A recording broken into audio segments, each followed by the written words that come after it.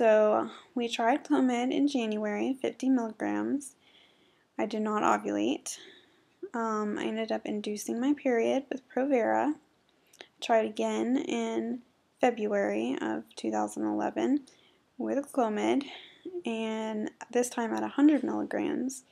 I still did not ovulate, and again ended up inducing my period with Provera.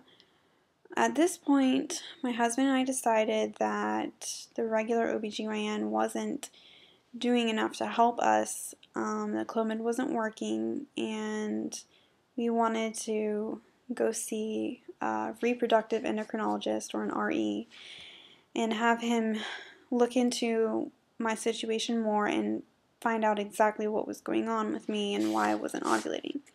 So we ended up going to the RE for the first time in March of 2011. They ran some blood work and discovered that I do have polycystic ovaries. My DHEAS level is elevated, and also my testosterone is elevated some. On the ultrasound, he said that my ovaries do appear polycystic, and so he wanted to continue with a few tests before he gave me a treatment plan. So he wanted me to have an HSG done to make sure I didn't have any blockages in my fallopian tubes or polyps in my uterus.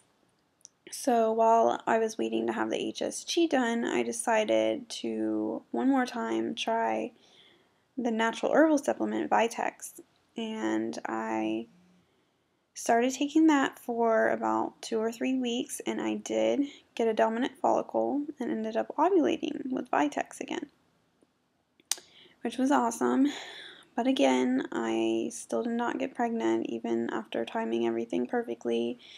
Just wasn't in the cards for us. So we started treatment with the RE. He decided to start me on metformin, which is actually a diabetic medication but can be helpful with PCOS. I am not insulin resistant.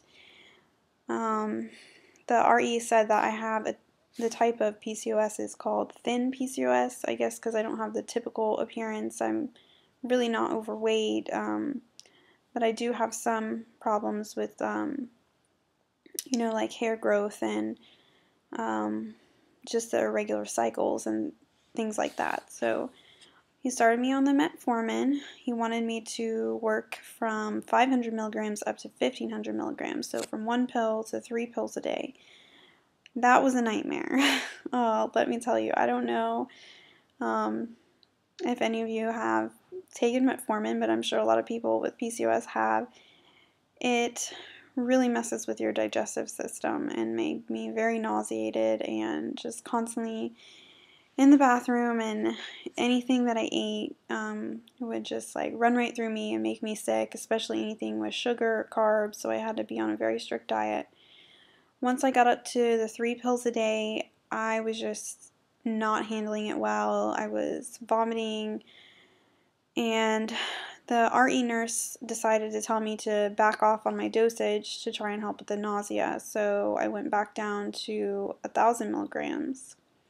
Another medication I was taking at the time was dexamethasone, which is a steroid that is supposed to help regulate the testosterone levels and bring it down to a normal level and just help get everything regulated so that I could start ovulating on my own.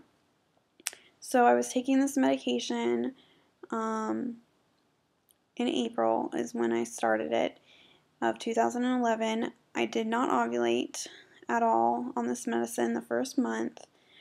A couple weeks into March, my husband said, well, why don't you just try adding the herbs back into the regimen as well as taking the metformin and see if it ovulates, because it's worked every time before.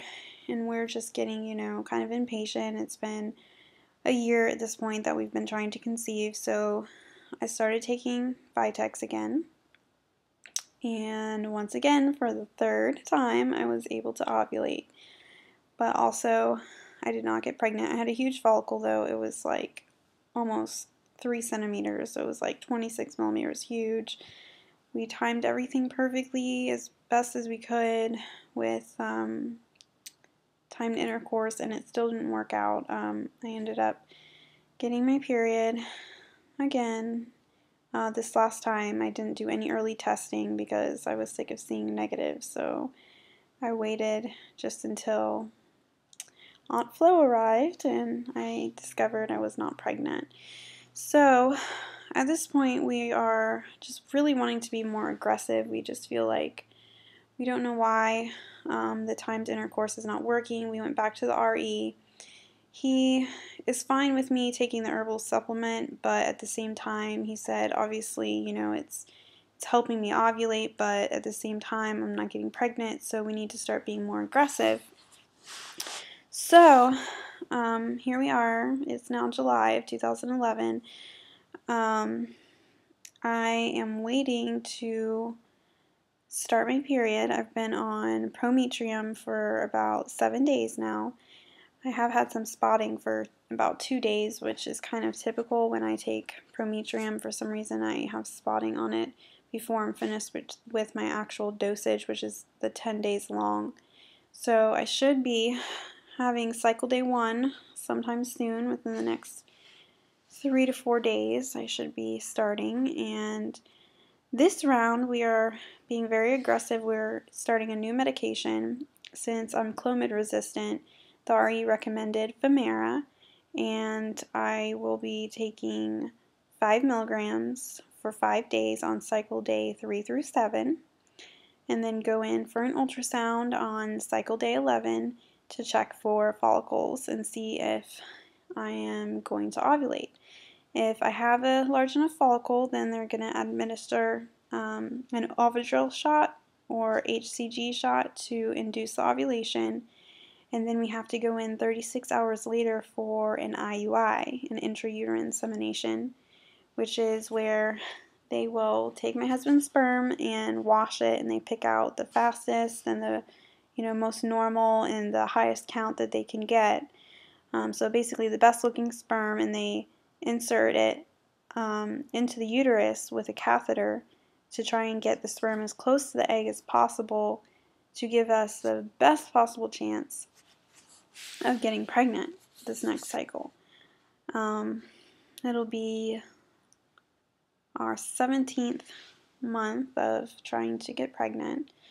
I'm not quite sure how many cycles because it's been so crazy, but it will be our 5th or 6th medicated cycle.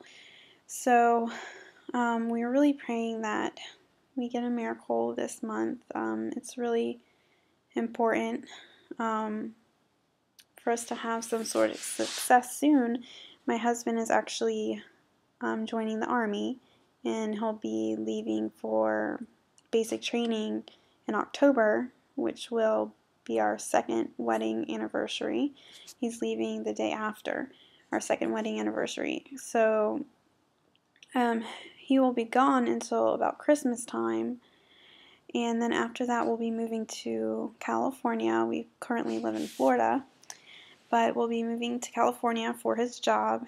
And so basically August and September will be our last 2 cycles trying to conceive before he leaves for basic training, and it will also be our last cycle that we're able to try to conceive before we move to California next year in January of 2012.